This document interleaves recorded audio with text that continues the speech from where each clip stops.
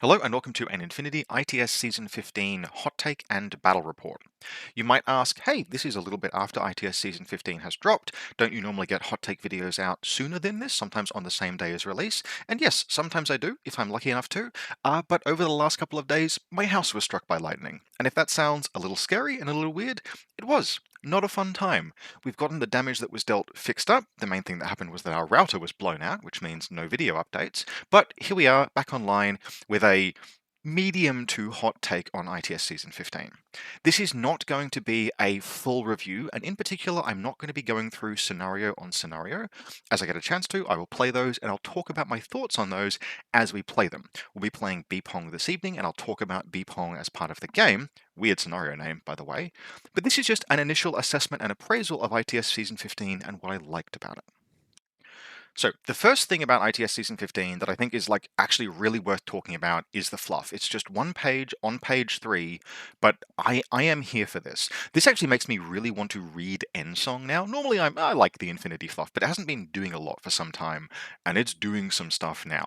People will read this in their own time. I'm not going to summarize it, but we have basically a new status quo, and it really, really is worth calling out how good this is as a change. In particular, what it is, there's been a problem with Infinity for like 5 years now, like for as long as I've been playing, that the recurring plot is about an apocalyptic alien invasion, but the game is around black operations between individual powers in the human sphere behind the scenes. And what it means is that for basically as long as I've been playing Infinity, there has been a colossal disconnect between the story that is being told in the game's narrative and the game that we're playing. And that's been rectified now. That's been rectified presumably with Endsong, but even just with this one page of fluff here, which is, I cannot emphasize how happy that makes me, because when I am now explaining the game to people and talking about what's going on, I can talk about an alien occupation and the occupied areas and the stuff that's going on with Concilium and everything there, rather than oh yeah, there's this huge invasion, and I'm going to tell you the story about interstellar warfare, but the game's not about that. But trust me, the fluff is cool. So look, really, whoever wrote this, I'm going to assume that at least began with Gutierrez, but this is excellent. I've never been more happy to read one page of fluff that drastically moved a setting forward. Also, just to note is that the stuff that's happening on Concilium Prima with the Zenchi Digesta and the quantum anomaly zones is cool, not just because it's kind of cool, it's a bit Annihilation-esque in the way that the story works, with it gives me vibes of the Shimmer and stuff, but if you want to do some weird-ass tables, you have full discretion to now. You want to do a table set in a quantum anomaly zone? Fill your boots. Got some dinosaurs? Put them on the table. That's pretty cool. I would honestly rate this like a 9 out of 10 development, except that it also includes an arrest warrant for use of deadly force against Spiral Claw for crimes against humanity, which means that this is automatically a 10 out of 10. Perfect fluff development, authorizes use of deadly force against Spiral Claw, crimes against humanity. I'm here for this. So this is just excellent. The next thing I want to call out in particular is not going to have an impact on many people, but I'm really glad that this has finally been included in the ITS pack. On the page ahead of this one, and then here, we have revised and updated guidance around how to build terrain. And it's good guidance. It's guidance that basically works in line with what most of us expect. It talks about things like density of terrain, how many terrain pieces to use, and it's got stuff in there like make sure that a sniper can't dominate the entire table. It's just good practical guidance for someone who is maybe coming at tournament organization or tournament play, not just not a little bit raw. And so this is something that like 90% of us, 95% of us, this is just oh yeah, that makes sense. I knew that already. But it should have been good terrain guidelines should have been in ITS for a very long time now. And this is genuinely good terrain guidance. This is current and modern and it aligns with how most of us expect tables to be. And those sample tables that they've got there frankly could use a little more scatter. But as far as three-dimensional representations using assets that I know CB have access to, totally okay. So yeah, really happy that this is finally included. This is just a genuine quality adjustment to the ITS pack that's frankly been a little bit overdue. Now, there have been some small updates to the way certain rules work, which I'm not really going to go over because they're kind of minor, but I do want to talk about the seasonal rules. And there are three seasonal rules. Long service is obviously something that's been around for some time, and it is staying. Very happy with that. There are two new rules, and then obviously Takimotos is gone. So let's talk about that first. I think Takimotos was almost a perfect seasonal rule, but with emphasis on seasonal. One of the things that Corvus Belli and Heloise, the organized play manager, really understand very well is that part of organized play packets that are released on an annual basis, part of their purpose is to inject novelty into the game and change the meta over time, introduce new things for people to play with. And like Takamotos was probably the most powerful seasonal rule that we've seen. I think genuinely it's probably the most powerful seasonal rule that we've seen. There was some stuff in previous like early seasons in ITS 3 that might maybe, but those were usually there were adjustments, there were balance adjustments. So for example, the introduction of for deployment to medium infantry in ITS 3, or like tactical awareness being added to tags, and the general buffs to tags that happened over the course of ITS N3, over the course of N3 rather. Those were balance adjustments, and they were all pretty good, and they did change the meta. But Takimotos was the first time I think that ITS has actually flexed something in that is like, no, this is going to shake up play. It's going to make a new class of models very powerful, and it's going to be around for a year, and then it's going to be gone. And I think they did a really good job with it. Now, was Takimotos like powerful AF? Yeah, it really was. Was it powerful on some models, maybe in excess of what it should have been? Yes, I think probably the particularly criminal elements there obviously are Pywell in Nomads and reinforcement Stempler Zones in Nomads were like over the top. We only had reinforcement Stempler Zones like for a week and then that was gone. Pywell was a menace for the entire season, but it's not like he's super cheap or anything. But what it did was introduce a massive meta shakeup. It changed lists, like, not hugely, but a bit for a whole year, and now it's gone, and lists can change again. And I like that. That's what a like variant rule for a year is meant to be when it isn't a balance update. So I liked Sakamoto's, but I am also glad that it's gone because we had novelty for its introduction, and now we have novelty with its departure. Lists are going to change again. Like, would I, for example, play Starmada at an event like I did during ITS 14? Maybe not, or I would at least obviously run them differently. Is the Oko Copperbot plus Roadbot duo still good? Yes, absolutely. Do you take two of those duos? No, probably not, because like sidebots are really good peripherals, for example. So I am glad that Takamotos is gone, but in a way, like I want to emphasize that I really liked Takamotos for it being around. In terms of the new rules, they're pretty light touch. Border skirmishes, I think, is a very nice one. This is a little bit of a balanced one. This is a balanced one in the way that like the your bikes getting mimetism and being able to deploy not impetuous was, for example, where troopers, airborne and parachutist troopers can deploy inside exclusion zones. This I like this. Now, there are not actually that many exclusion zone missions overall, but there are plenty, and the ones that do exist are often quite common. Unmasking was out this season, but it's been introduced in reintroduced in an update today. But there's always been basically a kind of tension where drop troops are, when they're good, they are good, but the very best drop troops have always been, or at least over N4, have been drop troops that are parachutist deployment zones. And any drop troop that needs a role has always been just like, the risk there is a little bit high. It's very easy, like if you look at my lists, you will see very few airborne deployment troopers. You'll see very few parachutists and especially very few combat jumps. And now, I would favor infiltration or forward deployment instead because it's much more reliable. It begins the game. You begin an asset in play. It doesn't take an order to deploy. There's no role. Like infiltration and forward deployment and impersonation have all been much more reliable and bankable and good for like getting you through a 5-round event than airborne deployment is. And so border skirmishes now, with this sudden introduction of it's reliability, but it's reliability in a very controlled way. You can't just drop an airborne troop into an enemy deployment zone. It can only appear in sort of quite controlled spaces inside a defined area of the game table, but it can appear without a role, and it can still appear in powerful locations that other troopers can't necessarily. So I like this as a rule. I don't think it's going to have a very significant impact on play, but on an event by event basis, you might see lists built for exclusion zone scenarios include one drop trooper, and that's nice as well. Like one drop trooper, it's a small change. It's not a huge, like, it's not a novelty change like Takemoto's was. This is a balance change, and it's a nice little balance change, just tuning up airborne deployment a little bit. Now, more significant and a bigger change on how play will happen over the course of the next year is O12's Prestige, which is the rule that now says, in addition to all your existing tactical uses of command tokens, like for example spending a command token to convert an irregular order regular, once per game round, you can now also spend a command token to just add a regular order to a pool. This is interesting, and the thing that I don't like about it is probably the thing that most people won't like about it, which is basically really powerful alpha strikes didn't need one more order.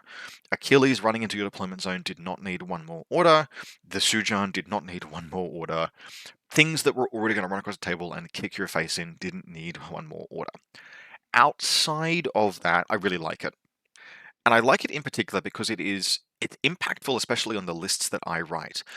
If I look at my N4 lists to date, I have reached a point where very common for me is the use of some but not too many irregulars, and how many that is changes on a list by list basis.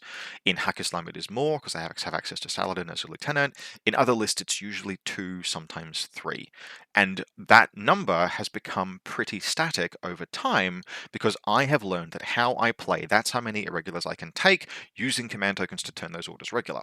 That number has just been totally upended because now, once per game round, I can spend a command token to just have a regular order. I don't need irregular troops there to perform that function, which in turn means that I need to, one, reassess the number of irregular troops that I take generally, and two, take irregular troops that are better at productively spending their own irregular orders. So it's made me, for example, looking at my Haqqislam lists, well, actually, frankly, my Army app right now is completely rooted trying to load Haqqislam lists for some reason. I'm sure they will fix that. But I am looking at Matawiya more, for example, because Matawiya are very good at productively spending their irregular orders. In the first turn, a Jammer Matawiya can just use its impetuous and its irregular order to wheedle its way forward in some kind of a space, and that's it. It only needs its own order, but uses its own order to position. Helots can be kind of the same in Varuna, for example. I'm looking at things like maybe bikers that could enter suppressive fire. I was already looking at that as part of reinforcements, but yeah. So I like how this is making me reconsider how I write my lists. I don't know if I like that this makes alpha strikes more powerful, but it isn't that much more powerful. So look, and it also, I mean, in a sense, it means that if you're the second player, you will always have some order pool. It's going to take a little bit of time to actually unpick how much of an impact this does have on games as well. One of the things that I have found it's doing already is that it's enabling slightly different combat group splits. So you'll see me this evening start at least with a 9-6 split, and that is something that Saladin enables just by himself anyway, because you can always just reform those groups with his Strategos 2. But I feel quite comfortable with that. And looking at it, not 9-6 split, 9-3 because reinforcements. But anyway, I feel like I can write 9-6 lists in the knowledge that that could now be either a 10-6 combat group or a 9-7 combat group. So it's having one extra order available in either combat group, regardless of their construction, gives you quite a bit more to play with in terms of how you build viable combat groups. And that's pretty cool as well. Keep an eye out for that. When you are building your lists, think about, if I can have one extra order in either of these two groups, how does it change? How does it change the viability of each group? So I think generally this is a good addition to the game with that little asterisk around. A little bit concerned about the alpha strike potential. The extras are all just extras. Reinforcements is one of those extras. One of the things that is notable by its absence in this ITS pack, probably unsurprisingly, but I did hold out some hope, is that there is no mode for playing reinforcements alongside non-reinforcements. Reinforcements remains mandatory for all players if it is used as a variant, in a way that, for example, Mercenaries isn't. Mercenaries is Soldiers of Fortune, makes Mercenaries optional. Reinforcements makes reinforcements mandatory. So, yeah, okay, fine, look, whatever. I am going to continue to look into ways that reinforcements might be made compatible with non-reinforcements lists. Don't hold out a lot of hope that it'll see much uptake, but I think the long-term viability of reinforcements as a format is much more interesting if it's an optional rather than mandatory format. But that's something for a different video and future battle reports. There are some other new rules and new variants. Mercenary Contractors is an interesting one. I suspect Mercenary Contractors will see almost no play because it's just have a free troop in every single list. That's not super interesting. One of the things they have done is that all of those free troops, they have constrained those profiles down to like one profile, which is good because when they were free, there was always one single profile that was just the best and you didn't take anything else. But that has now changed, and there's just one for each. You don't have to choose anymore. They've just given you one, and it isn't the one that necessarily was the best before. Resilience operations we will talk about last, but I want to just talk a little bit now about the new additions to, or the changes to special rules, in particular, the anomaly zones, whatever they're called, and the anomaly critters. So firstly, here we have a sample scenario with a QAZ, quasi? Anyway, a quasi creature. God, I'm going to regret calling it that, which is a new variant in missions. So it's a thing that can be in missions in the same way as placing a deployable turret or placing a sadness zone. A quasi, God damn it, a QAZ creature is a deployable weapon that you place outside your opponent's deployment zone, which has guard, no LOF, burst 3, but only CC 11. That's a scary ARO with a damage 13 AP CCW, which I believe hits against BTS. Nope, Attila line doesn't look like it's just an APCW. ACCW, damage 13, CC 11, burst 3, no line of fire guard. So it basically creates this zone. It's not a CC expert will kill these things pretty easily. A non-CC expert will struggle. Now, I have already seen someone say this makes AROs worse because the quasi creature will detonate. No, this is it AROs against orders being spent.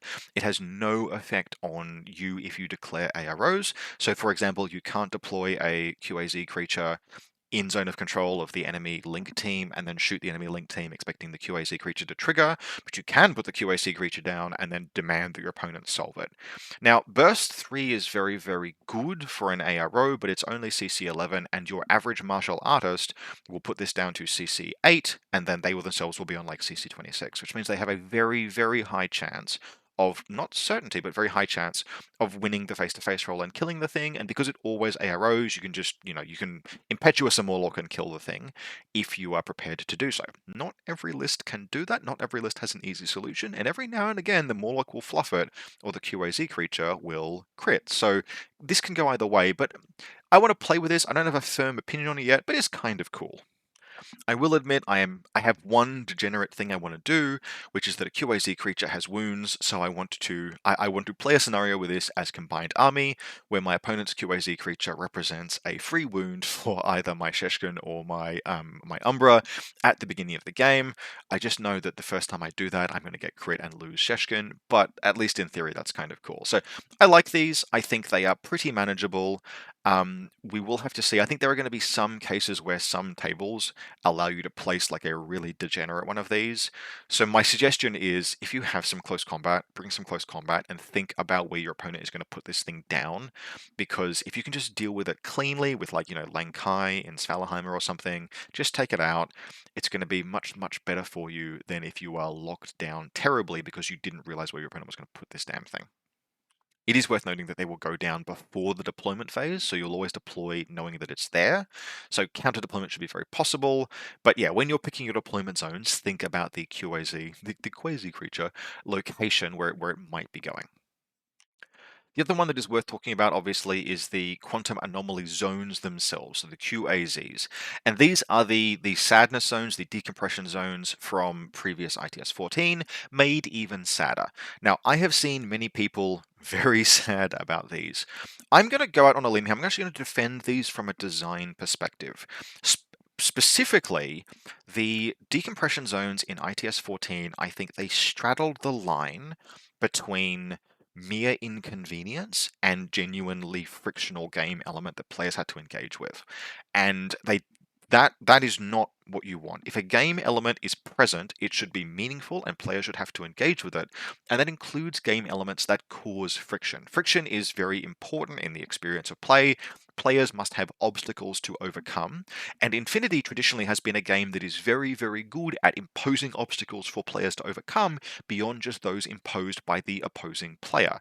The table has often been called the third player in an Infinity game for very good reason, and it is totally okay for rules in Infinity to be part of that friction and obstacle that a player must overcome in order to succeed. And I think decompression zones were especially loathed because they were mere inconvenience that frankly you could forget half the time without significantly changing the effect on games. And by making them actually really, really annoying, where they do hits to you now, they do a BTS hit, damage 10, which is frankly, it's going to kill some things, and I'm gonna lose Asawiras to this. I already know I'm going to lose an Asawira at some point to this damn thing, despite being BTS 9. What it means is that you cannot ignore these. You cannot just like forget that they exist. They are still saturation zones, still very difficult terrain zones, 0G, that's fine. But you have to care about these now. And that means that they cross over from mere inconvenience into meaningful friction. Now, are we going to complain about them? Yes, absolutely. We are players. We will complain about friction until the game is a featureless ball with no handholds whatsoever and nothing to interact with. That is how players treat play. Given the opportunity, we will whinge about anything that is an impediment to us doing whatever we want with perfect agency, despite the fact that games are very bad when they are smoothed down to that extent. So this is why I'm defending it from a design perspective, even though, yes, I am absolutely going to complain about this during play. I don't know yet whether or not this is actually enough to make quantum anomaly zones good and meaningful elements in the scenarios that they are being played. I will have to actually play with them to form an opinion on that. But I think this is at least better than the depression zones that existed in ITS Season 14, which were mere inconvenience. So I'm gonna defend this as a good change from a design perspective, with the expectation that we will still all absolutely whinge about it, but that does not necessarily make it bad. We'll have to see in play.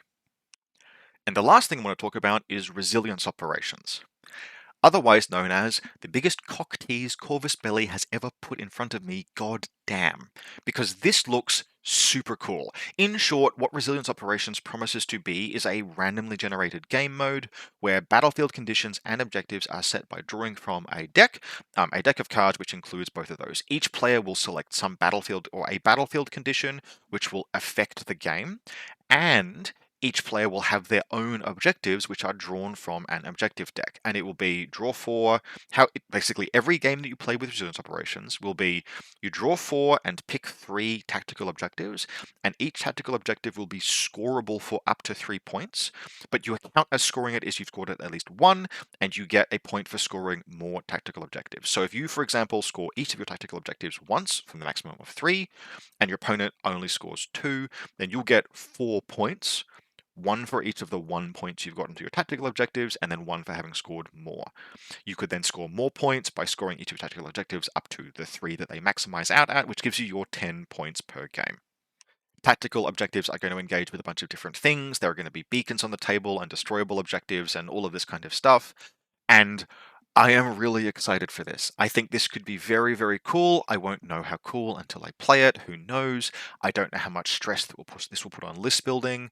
There's a bunch, like I've just skimmed this because it is the 7th of September at time of recording. ITS 15 released a couple of days ago, and you can't buy this deck until the 28th. You can't even order it until like the 29th of September, which is 22 days away. So this is sitting here staring at me and will continue to stare at me for 22 days till I can order the damn deck, and then the amount of time it will take that deck to reach Australia. Corvus Belli have, and like, you know, they're selling product. Kind of fair enough. I guess that they probably wouldn't, under those circumstances, want to put the entire deck up online as like a printable thing. But I kind of wish that they would, because I want to play with this. I want to play with this a lot. And I can't, and I won't be able to for a month. 1/12 of the ITS season in which this variant exists, you will not be able to play it. So this is a raging cock tease, and I am unhappy about that, but I am excited for it when it arrives. I am just going to have to delay gratification in this case and satisfy myself with other things that are new in the season, but I'm keen for this, and that's all I can say till I can play the damn thing.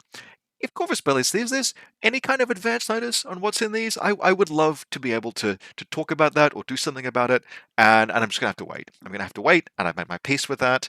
It's not like I won't have other things to do in the next month, but very keen for this when it arrives. We will have to evaluate it further then. So that's my hot take for ITS Season 15.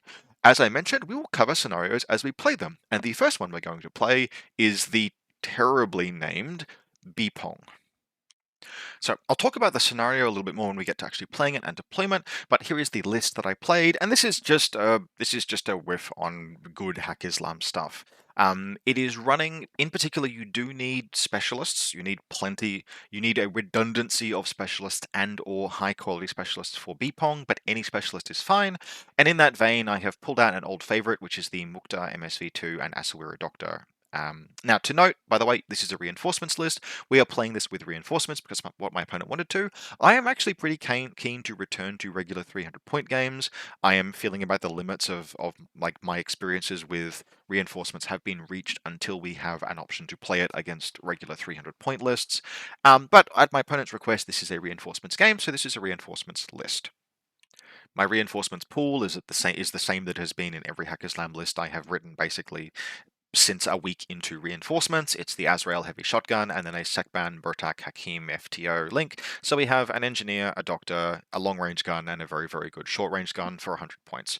This is the default reinforcements group for me for Haqqislam now, although there are a couple of other ways that you can slice it. One of the things I would really like is a second Burtak, but you can't get the second. There's just no way to get the second Burtak without cutting the Azrael.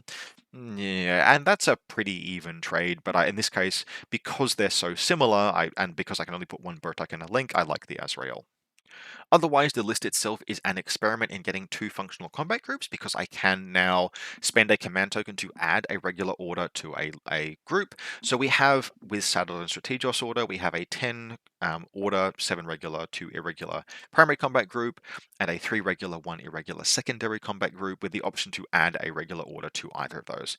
We're running the discount for day. We've got a Metalia with chain rifle and smoke grenades there, just so we have a second source of smoke because I am running a Mukhtar MSV2.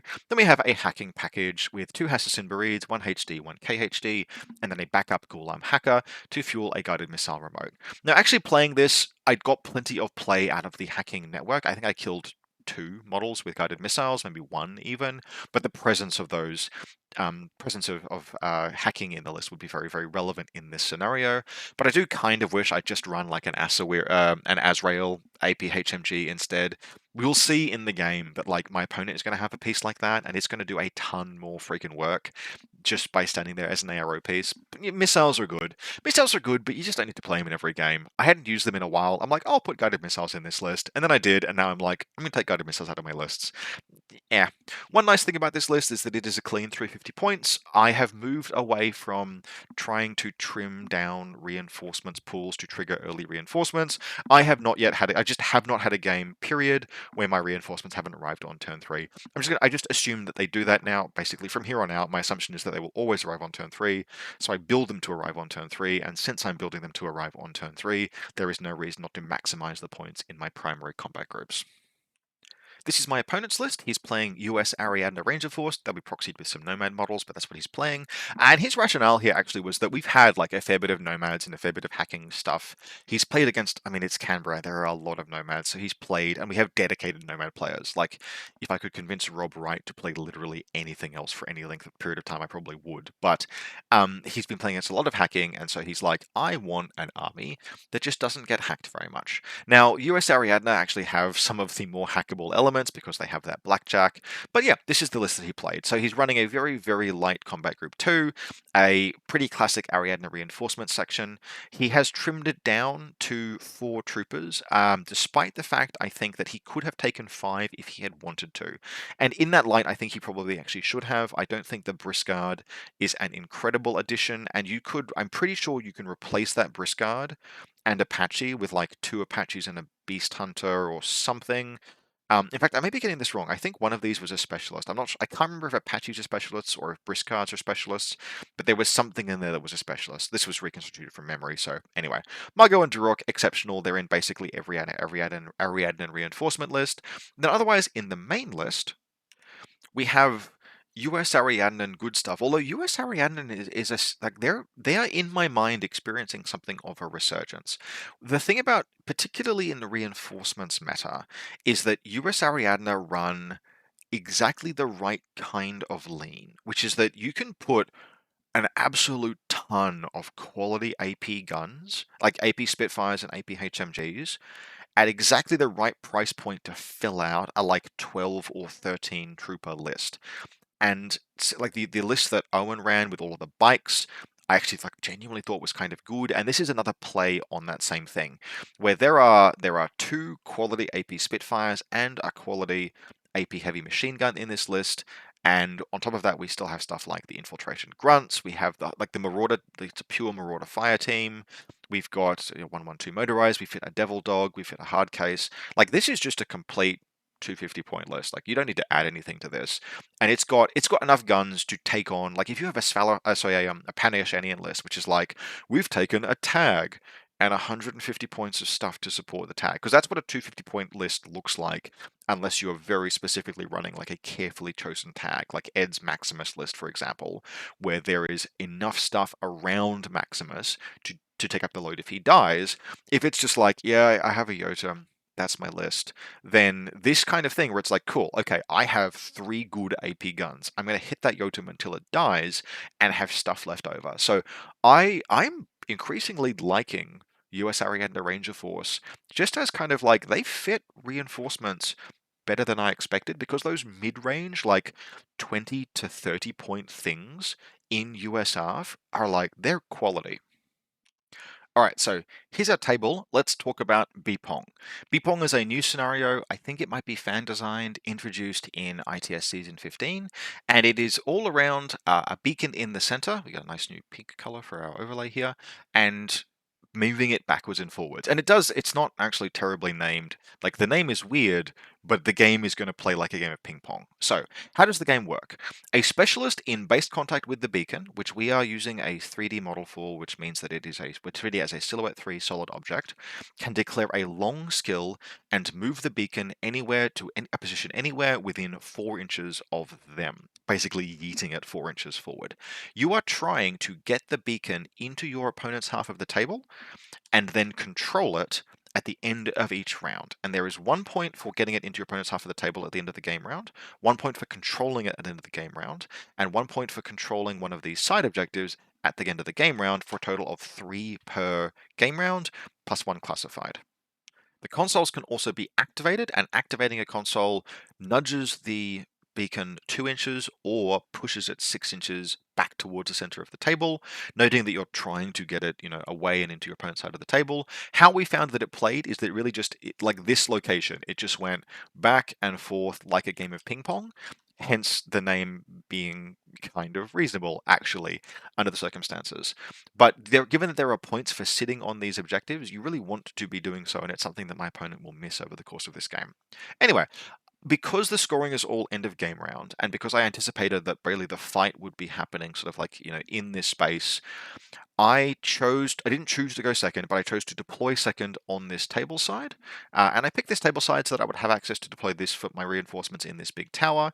Although in retrospect, we both deployed our reinforcements totally wrong in this game. We screwed up very badly. But we'll get to that. We forgot about the exclusion zone. We picked this scenario because it had an exclusion zone, and then forgot it when we came to do our reinforcements. But it actually did not in any way. It impacted the score, but not the outcome of the game. So I have a Whip 16 Lieutenant. Kyle is unwilling to let a Whip 16 Lieutenant deploy second and go first, so he deploys all of his pieces, and he deploys his Marauder Harris here.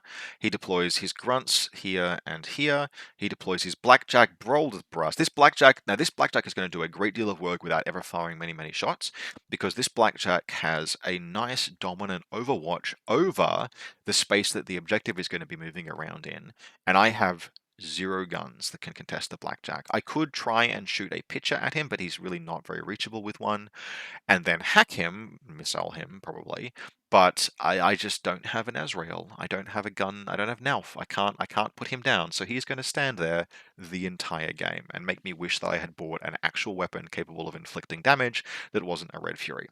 The reserve drop is going to be a Devil Dog and its friend here, and then we're also going to have a hard case reserved here and here. The real one will be this one. The decoy is over here. And then that's it. That's basically the entirety of the list. Now, one of the interesting things Kyle has done is I said that he should probably have bulked his reinforcements pool out to 5 troopers, but by not doing so, he has put me on alert, and I've spent the entire game caring about Van Zant. And that's actually probably pretty worth doing. So, you know what? Giving up the combat group slot in exchange for that fuzziness, that's not unreasonable. For my part, basically the entire deployment is predicated on moving specialists into this part of the table. So we've got all 3 of the hackers are hanging out on rooftops ready to move in. We have one hacker here, one hacker here, and one hacker here. Saladin is on this rooftop basically because that position is as safe as possible from Van Zant. The missile bot is back here watching the table edges, again Van Zant. The flash pulse bot is over here doing the same thing. And then the Asawira and Mukhtar are in this space here, ready to just move into this space. The Libertos, as mine, are deployed here, and the Fidei has deployed because the Marauders are all on this staircase here. The Fidei, or one of them's a little bit behind, but I've positioned the Fidei so that it can fire a shotgun if the team activates. And that is going to consume basically the entirety of Kyle's first turn because he feels he has to unpick that threat. Now, after the turn has been played, he will actually correctly identify that a thing that he could have done is just had a Devil Dog yeet smoke, like put smoke down there and just walk away from the Fidei. That is something that you can do. Now, if he had done that, it would have left the opportunity for me to walk the Fidei up here and walk around and tickle the pickle of the blackjack, engage it in the rear, get past its template weapons, and then tie it down. But instead, it would have certainly been better to actually action the scenario in any respect rather than do what Kyle did, which is get very lucky and then get very unlucky. He got lucky by having, there are 2 orders in the second pool. This grunt heavy flamethrower moves to here, discovers, needs 6s, succeeds, and then discover shoots, and I just template back because I can hit 1 marauder, and I get very lucky at this point, and I pass my flamethrower save. The grunt passes his shotgun save, but the marauder elects to go unconscious. Okay, plan B. This grunt here moves up to here, shoots a rifle at the Hassassin Fidei, and the Hassassin Fidei throws smoke, which succeeds. That's fine, okay. The bikers are now going to move up and around. The Marauder biker is here, the 112 is here, and they are going to recover the Marauder, actually do a doctor, and Kyle is okay with this because that's his classified. They'll fall back to here, and then the Devil Dog will come around and it will jump into close combat with the Fidei. And a Devil Dog can fork ARO, which means that it can, whichever one I don't attack, it can attack with. So I attack the dog, the K9, because it's much easier for me to kill that. And then the Devil Dog attacks me, and I roll a 17 and an 18 for my saves. And so the Fidei is okay, and it kills the K9. And that's really bad because, and that's like stratospherically unlikely, by the way. On average, the Devil Dog inflicts like anything up to 3 saves on me. It only did 2, and I passed both of them on colossally high numbers. So the ability to fork that ARO is now gone, and the Devil Dog can't win that face-to-face roll anymore. It doesn't have martial arts. The Fidei's on like 26s, and it's on 20s. And so it just like, it takes one face-to-face roll, realizes it's made a mistake, and it just makes it my problem. It just leaves the Fidei in combat there, and the Fidei will stay in combat there until turn 3. However, that is a basically catastrophic first turn. Now, technically, Kyle has lost no order-generating troops. He's done 1 classified, he's done his objective, but he has made literally 0 progress on the actual important part of the scenario, which means that I can just score 3 points on my turn, and I do that very, very easily. The Matalia that's deployed down here is going to move up this way, jump up here, it'll throw some smoke, and then it'll just stand in contact with this objective. So that's going to score me 1 point at the end of the round, and then I'm going to move the duo of the Mukhtar and the Asawira. They can move up and around. The Asawira is going to yeet the objective just a little bit forward. He's going to get it to here, and then he's going to hide behind it, and that's going to control it at the end of the round, and it's in my opponent's half of the table. The Mukhtar will go into, the Mukhtar will kill this grunt, and it will also kill this grunt, and those are really the only casualties that I will get this turn, and then it'll go into suppressive fire. Now, okay, what have I done? I've killed 2 grunts, but I've also scored 3 points, and that's a lot. So there we go. Apart from that, I have a few orders to do some setup, and so this Bereed is going to move up and around here, and he's going to get a picture down there, and then I'll hang out prone.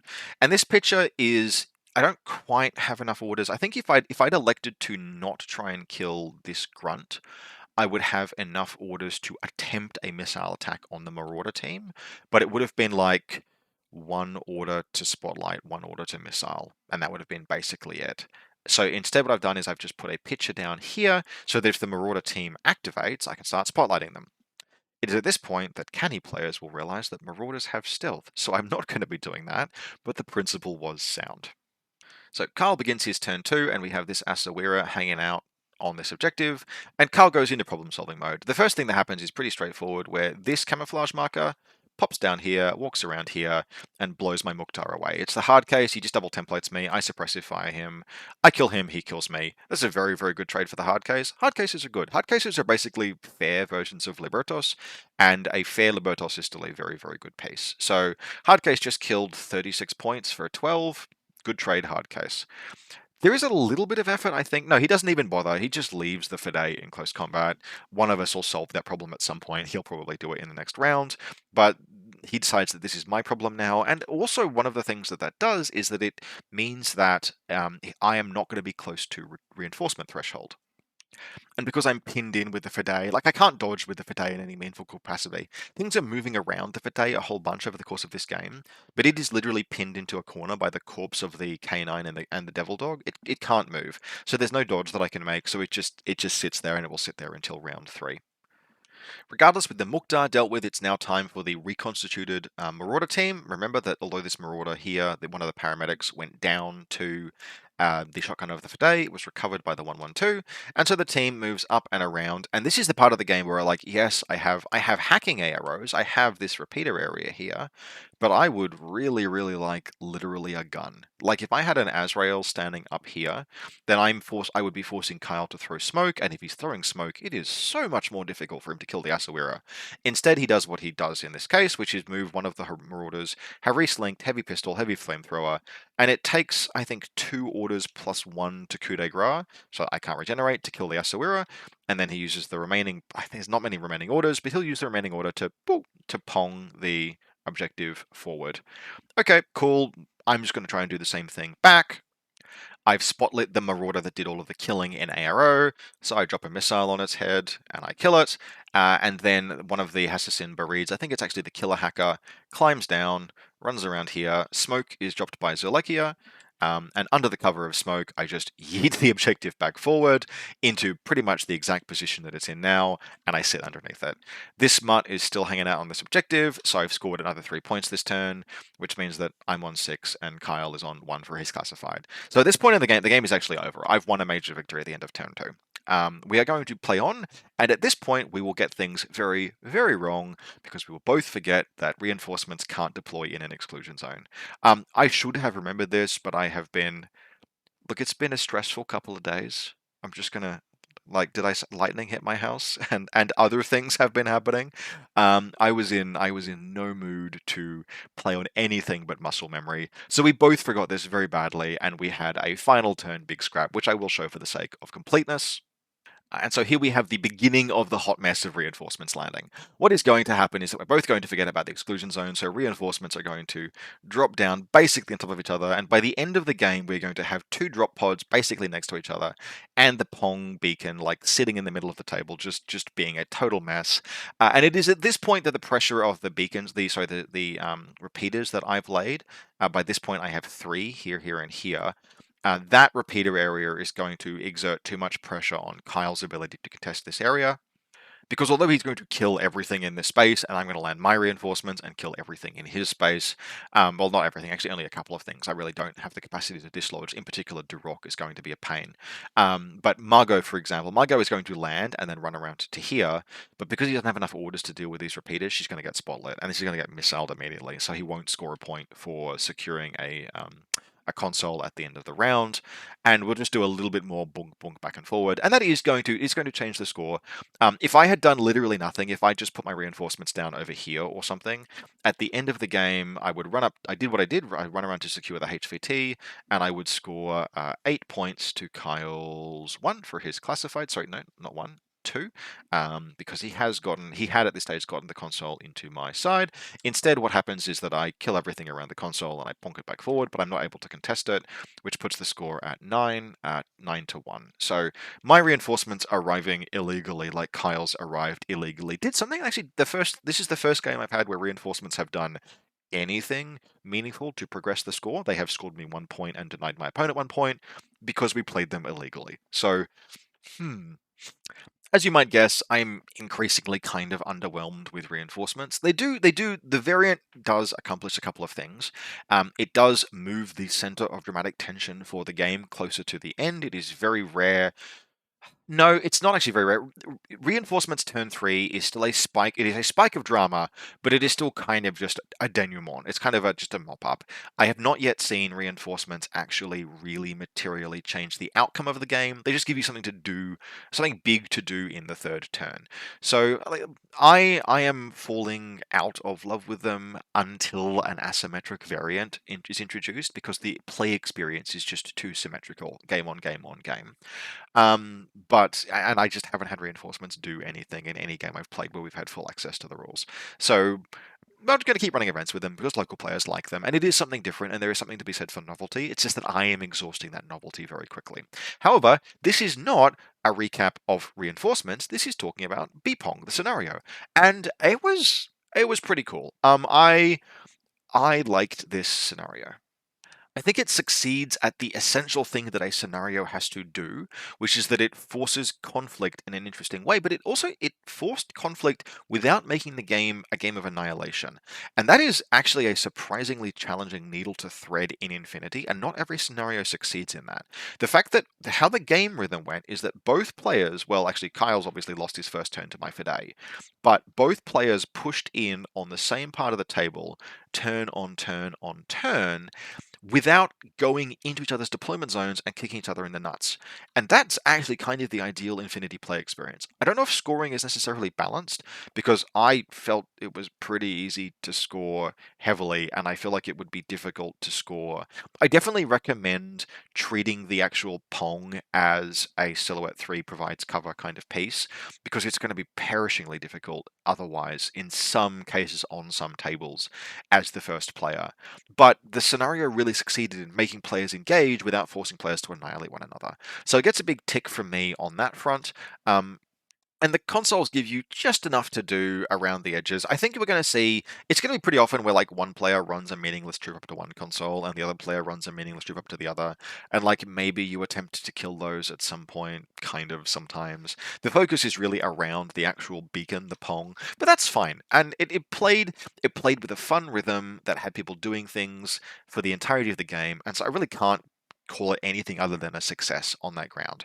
I do think it will be very possible to optimize for, and there are going to be, like, if you have a link team with multiple, like, how you're going to play for this scenario, not just coming at it completely cold. I think very powerful is going to be any situation where you can move 2 specialists under cover of smoke or firepower to the beacon and then double tap it forward. In this game, neither of us had the capacity to do that, but if we had, being able to double jump the beacon forward, I mean, it exposes you to a lot of risk, but that's the point where it starts to get very difficult to bounce it back. However, it is also worth considering that the further away from your deployment zone you move it into your opponent's half of the table, the harder it is to contest. So, if nothing else, I have to applaud this scenario for how effectively it rubber bands itself. I suspect that at some point during the design of this scenario, it either began with or someone considered pulling the beacon back to your half of the table, and the decision not to do that, decision to have to push the beacon across the line to your point side of the table, is genuinely inspired design. Because we've seen, like, Capture and Protect, for example, where you grab the beacon and run away with it. After a certain point, it's not recoverable. capture and protect, obviously you make permanent progress, but even like supplies, for example, in supplies where you pull the supply boxes back towards your deployment zone, you can rapidly reach a point where the supply boxes are made totally safe, and more orders can be spent making those supply boxes safer and safer. Whereas in Bipong, God, that scenario name, but anyway, every order that you spend pushing the beacon forward is more difficult and increases your risk, which means that the scenario rubber bands itself, which is very, very smart and very cool. So I think the design for this, I'd have to look it up. Okay, I've looked it up. It's actually not credited, so I don't know who designed this. If this is just ITS design, then big thumbs up, Heloise. Like this is genuinely like kind of a triumph in some respects in how it understands rubber banding and tension and stuff. So look, this was cool. I'm going to gush about this from a design perspective, and in play it was fun. I don't know if it will be a perfect tournament mission because it's going to be very heavily predicated on the tables are going to influence this a lot, and there is some like complication and like understanding the different ways that you can move the beacon. But I liked this, and I would be happy to see it as like a round one or round two of an event. Probably not finals material if you are being very sweaty and really want like a test of skill for your tournaments. But with that as a no, with the fact that it is just a little bit wild, I think it's the right amount of wild, and I think the things that it does intentionally and cleverly, it does very intentionally and very cleverly. So cool scenario. Excited to play it a little bit more, although we will be trying out other things as we experiment more with the ITS Season 15. So, at almost an hour, those are my thoughts on ITS Season 15 on release, my not quite hot take now that I have my internet back, and my first game. Admittedly, we very badly screwed up reinforcements because there is an exclusion zone in this scenario, but my first game with ITS Season 15, the new scenario, Bipong. As always, if you enjoy what I'm doing, you can support me via the Buy Me a Coffee link at the description, and otherwise, I hope you enjoyed this, and I will see you next time.